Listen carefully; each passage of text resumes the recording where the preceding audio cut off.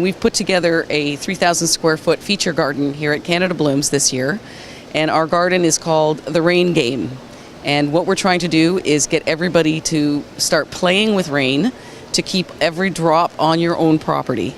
And what we've done is we've showed 4 different examples, 5 actually, different examples of how you can accommodate at least your roof's rainwater to keep it staying and soaking into the ground right where it lands on your property.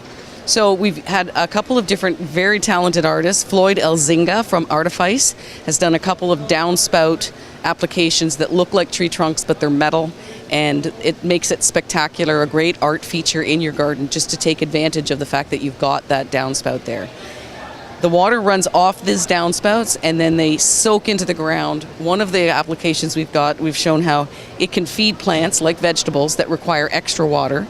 So every time it rains, the water soaks into that area rather than running off into the storms, sewers, and making a mess of our rivers and our lakes. Everybody should have a vegetable garden.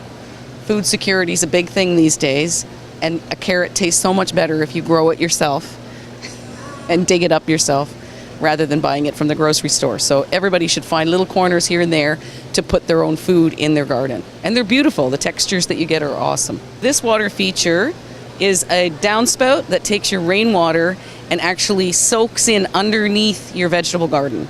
You can plant any kind of plants that are water tolerant, like lots of water, because you're going to have excess water here. The soil will be saturated often, and vegetables are a perfect thing to plant in an area like that.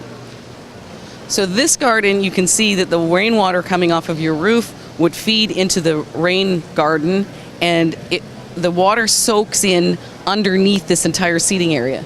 This is to show you an example of how you don't lose space by putting in a rain garden.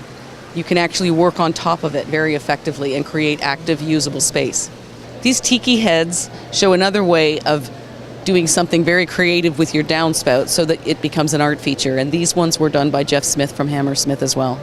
So this is a soak away. This is the sort of thing that you could do on the side of your front yard where you have a runoff coming off your driveway. You can put a drainage ditch into the driveway, a drain grate, and it would take the water from that area and feed it into a soak away. And the soak away can create an awesome place to do some kind of sculptural element. This piece was made by Floyd Elzinga from Artifice. This year, Parklane teamed up again with the Ontario Water Centre and the Ladies of the Lake. And this is an example of one of the images that's going to be created for a book that's coming out this summer.